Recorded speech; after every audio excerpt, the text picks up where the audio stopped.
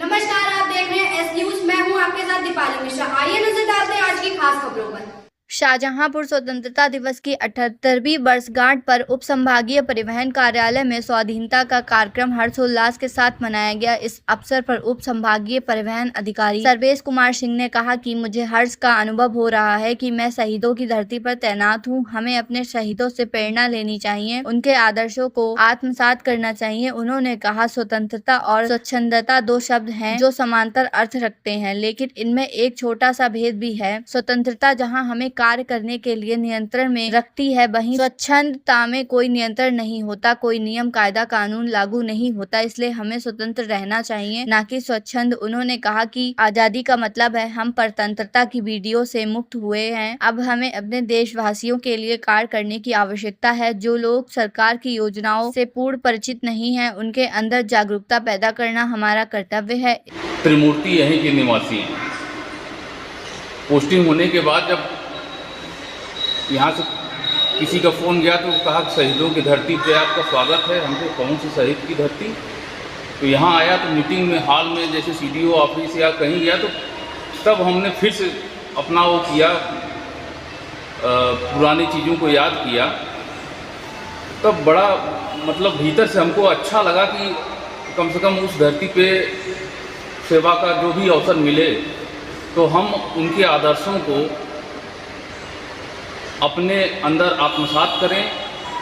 और सबसे बड़ी बात है कि अगर हम ये ध्यान दें कि उन वीर सपूतों ने किस एज में एक कदम उठाया होगा, 18, 19, 20, 21 यही एज उनकी थी, तो उनकी सोच क्या रही होगी और राष्ट्र के प्रति और समाज के प्रति। तो उनसे सीख लेते हुए हम लोगों को भी अपने समाज और राष्ट्र के प्रति जो है अपनी जो सेवा भावना है उसका विस्तारीकरण करना होगा। साथ ही साथ स्वतंत्रता को मिले जो है 78वीं वर्षगांठ हमारी है और स्वतंत्रता और स्वच्छंदता दो शब्द हैं, दो लगभग मिलते जुलते शब्द हैं। अमूमन सामान्य भाषा में लोग दोनों को एक ही मान लेते हैं क्योंकि दोनों में एक आज़ादी का अनुभव होता है, लेकिन बहुत पतली सी लाइन इनको अलग करती है कि स्वतंत्रता में नियम कानून से हम आबद्ध रहते हैं, कुछ नियम कानून हमारे ऊपर लागू रहते हैं, और स्वच्छंदता में कोई नियम नहीं रहता है, आज़ादी दोनों में मिलती है। स्वतंत्रता जहाँ सकारात्मक होती है, रचनात्मकता उसमें होती है, उससे हम कुछ निर्माण कर सकते हैं, वो समाज के हित में रहेगी। स्वच्छंदता नकारात्मक रहेगी और उससे हमेशा व्यक्ति का ही नहीं बल्कि समाज का भी नुकसान होता है। सामान्य तौर पे अगर हम देखें कि एक सिंपल सा हमने वो किया कि हम सबको अपने अपने विचार यहाँ पे व्यक्त करने हैं,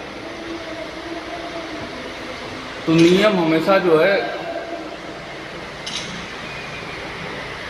पालन करने के लिए या जिनके ऊपर लागू होता है उन नियमों से आदमी बचने का प्रयास करता है, या उसको लगता है कि हम बंधन में बंध गए। वो बंधन में बांधने के नियम नहीं है, बल्कि आपको एक सही दिशा देते हैं। सभी लोगों ने बोला, अच्छा बोला, जो भी उनके विचार थे। इसी तरह से आरआई साहब ने जैसे बताया कि हम सड़कों पे चल रहे हैं, गति से चलें। यहाँ भी आप देखेंगे कि गतिमान रहने की अपनी दोनों को स्वतंत्रता मिल गई, स्वच्छंदता मिल गई। लेकिन अगर हम स्वतंत्रता का अनुभव कर रहे हैं तो हमारी एक स्पीड लिमिट है कि हम सड़कों पे चल रहे हैं जिस सड़क पे, तो उसकी एक स्पीड लिमिट जिस पे चालान होता है उसके ऊपर जाने पे, इसका मतलब कि वो उसके नीचे आप चल रहे हैं तो स्वतंत्रता का परिचय दे रहे हैं अपने स्वतंत्र होने का। और स्पीड लिमिट को जो ही आप डेविएट कर रहे हैं उससे ऊपर जा रहे हैं, इसका मतलब आप स्वच्छंद हो चुके हैं। और स्वच्छंद जब होंगे तो उसका खामियाजा आए दिन आप पेपर में देखते हैं एक्सीडेंट के रूप में।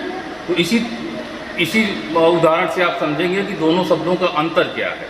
तो हमको स्वच्छंद नहीं रहना है बल्कि स्वतंत्र रहना है। हमारे ऊपर जो भी नियम कानून है उनके अंतर्गत हमको रहते हुए अपने समाज के प्रति जो दायित्व है उनका निर्वहन करना है, और साथ ही साथ एक जो महत्वपूर्ण जिम्मेदारी हमारी बनती है, जो हम सार्वजनिक सेवा में हैं, कि आम जनता या भारत की जनता जो अभी भी गाँव में निवास करती है या गाँव से जुड़े हुए हैं, थोड़ा कम पढ़े लिखे हैं, उनको जानकारी का अभाव है, हमारे नियम कानून बदलते रहते हैं, तो हम आने वाली पब्लिक को या जो भी हमारे संपर्क में आता है उसको हम भरपूर जानकारी दें, उनको जागरूक बनाएं, ताकि वो अपने उनके लिए जो